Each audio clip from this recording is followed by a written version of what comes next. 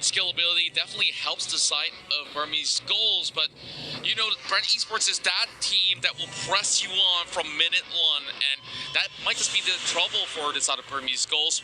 But well, Butters, this game, I'm pretty sure there's a stance coming in, but I'm liking what I'm seeing from both sides. Yeah, it's just hard to execute for the side of Burmese Ghouls, but Bren Esports still has something simple, so let's see. That's right, ladies and gentlemen, we're going in towards game 2. Bren Esports 1 up. Burmese Ghouls still looking for the first point. And casters, please have the floor. Oh, thank you, Aaron, Contra, my friend. Now, the reason why I'm saying Burmese Ghouls have a more difficult composition naturally is because of what they have in the lineup. But more importantly, we saw previously when they were up against RRQ. RRQ was like, yes, we want a hard-to-play composition. Burmese Ghouls, I like it simple, and I like it effective. They have 2 executes on their side for Burmese Ghouls, and it really makes a lot of sense just because they want to take Flap TZ as fast as possible. Get his HP on that threshold, press that, and just rinse and repeat. Yep, and they want to do it to everyone on Bren Esports side because they're all high damage output heroes, right? Rebo, even Lusty with the only fast, Carl TZ, of course, the core, and this is currently turning into the most fair metagame of Mobile Legends we've seen in a while, right? Save for those Diggy strats, but right now, FlapTZ dueling with D down bottom. Up top, it's going to be the Benedetta versus the Farsa on Rebo and Ruby DD. Yeah, this might be the first engagement here. Again, we're seeing the Mountain Chakra to get a good idea of how this is going out. Lusty, he sees what's going on top side. He's just going to use his G Kundo to get on out of there. As you can see, the Burmese Ghouls have control over that top side, but Bren don't necessarily have to react. I mean, look down bot. They are pushing out D. Ooh. Now Lusty caught out here. Again, the big rotations by Burmese Ghouls not turning into much. Getting a few hits on this energy shield is FlapTZ and Few growing their lead by about 400, 500. Very, very small, not yet noticeable. But right now, after this turtle, 2 minutes in, definitely we're going to see an early lead. You can see right now how serious Burmese Ghouls is into taking this turtle. They know when it come out, and look at this, they have 4 people in the area already. Knock up here by Show, maybe gonna be telling them, hey, it's ready, it's ready. The blade put in by Kid, taking some damage, is maybe Pop the Puissance. Carl TZ, Lusty at less than half health. I think Bren Esports already got what they needed. That's the turtle. Yep, and I definitely think it was a little bit of a macro mistake coming in for the Burmese Ghouls, where they're making the call thinking that they were going to get invaded, but instead Bren Esports take the advantage of this and go for the turtle, because again, look at D, he only just hit his level 4, his wave was already pushed in. They realized, oh, we're at a level disparity only because they were able to push D out at the 2nd minute of the game. Small decisions like this make a huge difference, and Burmese Ghouls will not take that risk. Now Lusty is just staying in the brushes. He knows that he needs to find where maybe is gonna come from, but Carl TZ is just farming well, different from the start of game number 1. Here we go, Way of the Dragon already on top of maybe to get the first pick of the game. First blood goes through, a quick follow-up with the Abyssal Arrow here, and Burmese Ghouls, again, they are just pulling backwards. They're not trying to be too aggressive, and these picks are going to hurt them at the end of the day, considering what their lineup is. Now 3 minutes, 30 seconds in, all heroes on the map have their ults. So now fights are gonna get more interesting. Engagements are going to be almost all in, and if not, somebody's going to be counting, hey, this guy spent his ult, we should go for a move now. Like the final blow here by Ruby DD, gets caught in by Few in that bush. Oh, Ruby DD wants more, level 6, here comes the rest of them. Nice arrow to scout out the bush. That's going to be Carl TZ charging up this arrow, gets a few hits in, Mountain Chakra from the back, here comes Lusty, Way of the Dragon, that's going to be the Fatal Links by Maybe, and the fight is happening underneath the turret. That's going to be Ruby DD, the first casualty. That makes Kid the second.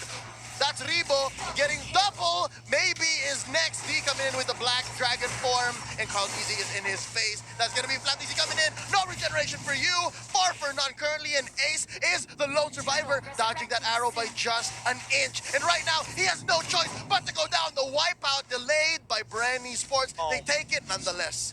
Burmese Ghouls Bren Esports, they're playing each other's game. Bren Esports went to the territory of the side of Burmese schools in terms of playstyle, and now they are serving the pain to the side of Burmese schools. Now, Leo, I know you were, very iffy about specifically the Selena and how it's supposed to be executed here. Few legitimately won that entire fight, landing one of the most weaved through abyssal arrows to make sure it landed onto Ace. Full 3 seconds of lockdown, allowing Lusty to control the fight. But again, another one will occur. Same way with the Way of the Dragon, but not, I'm a believer. Ladies and gentlemen, maybe gets knocked out. They trade out for Lusty, but it's worth it because it's a 3-4-1. Ace bites the dust. Now, back to what you were saying. This was yesterday, man. This was yesterday when the win rates were on an all-time low, and Ruby DD barely gets away with his life, spending his entire kit. I have this hunch that Ruby DD was looking at the map, just staying there, and he forgot that Bren Esports was still in the area. I mean, look at Carltese. He has literally 100% kill participation. 4 kills, 5 assists, making sure that that Mountain Sharker is getting maximum value. But check this out. The way that they initially started, Few is ensuring that every single time he doesn't necessarily need to be there. He just needs to stop the follow-up after the abilities occur. So, Fatal Links, whatever. Oh no, you're going to be throwing your Roger in? That's when I'm dropping the arrow. You also have to look at what Joe did, and Benedetta gets caught out. It's like he dashed into the arrow as well. Great conditioning here by Bren Esports. Oh, and they get another! Carltese takes down Ace and maybe is running for his life. That's a double for the Prodigy. I don't need the Lancelot. Y'all gave me the YSS, and now Kid flickers back. Oh my goodness, if you would see the fights, how they happen. Lusty and Few, they're just playing out of their minds.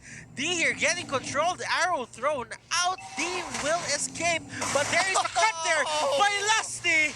And that is going to be another takedown. Paper the side of Bren Esports. Oh my goodness, Few is just, I'm not gonna lie, there's not a few games where I'd say, there's not a few games I would like to admit it, but this one, he's kind of smurfing. He really is kind of smurfing here, and Burmese Ghosts are playing so nervous around him. You know, Gijon, I get your point. I'm not a fan of the Selena 50-50 hit or miss as well, but for Bren Esports, if it works, it works. Numbers don't lie. If you're sitting at 13-1 at 7 minutes in, about 7K ahead, and you leave your opponents running like that, and you're drawing lines with the arrow, I couldn't ask for more if I was Bren Esports. But the Burmese Ghouls, they must be sweating it right now, because I think after this last turtle is gonna be Lord. What do they need to do? Do they need to take less fights? Do they need more defensive? Because they've already lost all their first-tier turrets. They need to start playing a lot more safer. They don't need to get caught out like this. The real big threat is going to be Lusty and Few, so as long as they have eyes on them, they don't necessarily need to do these aggressive plays. And Burmese Ghouls, once again, want to try and make this aggressive play happen. Oh, here we go. The fight has already begun with the turtle being taken out at the right second. Now D getting caught out in the middle of 3. That's going to be the Poissons in here by Flapteasy, stopping the regeneration. Oh, and we're going to see a triple. Are we waiting for it? That's maybe down by Rebo, and Ace is running away. Oh, he's not going to survive. That's Flapteasy getting him on the rollout. And right now, Bren Esports is feeling it. They could convert to a massive scale. Maybe 2 turrets, maybe 3. Who knows? They're unstoppable in this state. I'm starting to get more and more disappointed. This isn't the Burmese Ghouls that we know and love. This wasn't the same team that played yesterday. They are playing scared, and not only that, they're making terrible decisions. Right off the bat, they're not playing off of the power spike. They could have waited for the 22K mark. Instead, they give another 5K over to Bren Esports, a full turtle, and another turret. At this point, Burmese Ghouls are just putting more nails in their own coffin. This is not what I wanted for them. This isn't the team that we know and love. Burmese Ghouls, they need to find a way to stop this bleeding right now. Flapteasy is just zoning out everyone. Even D cannot stand in front of Flap. Flap is level 10, D is level 8.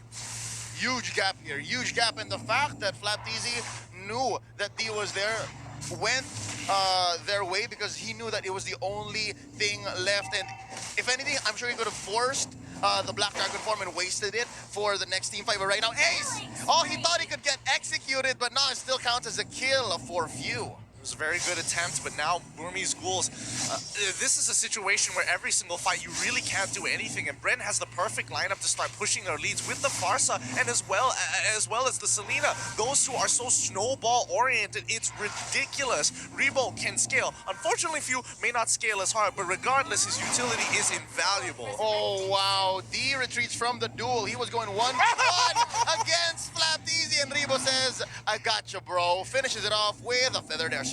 It hit earlier just because he was flying. But still, that is going to be a Lord attempt going to the side here of Bren Esports. Oh my goodness. There's no contest here. There's no contest. Look at the wall of Flapteasy and Few. And it's not because Burmese Ghouls doesn't want to contest. It's because they can't. Ooh.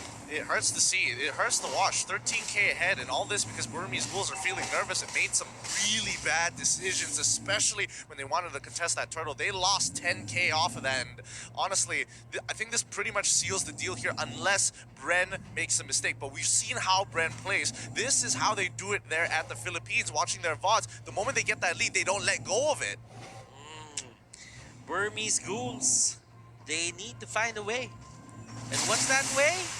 Just wait for Bren Esports to make a mistake. But how long can you hold on? Bren Esports is gonna force you to answer, and here we go. Feathered airstrike here by Rebo. They know now after 3 fights that have just gone sideways, they know that, hey, let's not force it. I know we're under our base. I know that there's surge, but hold up! Lusty with the way of the dragon.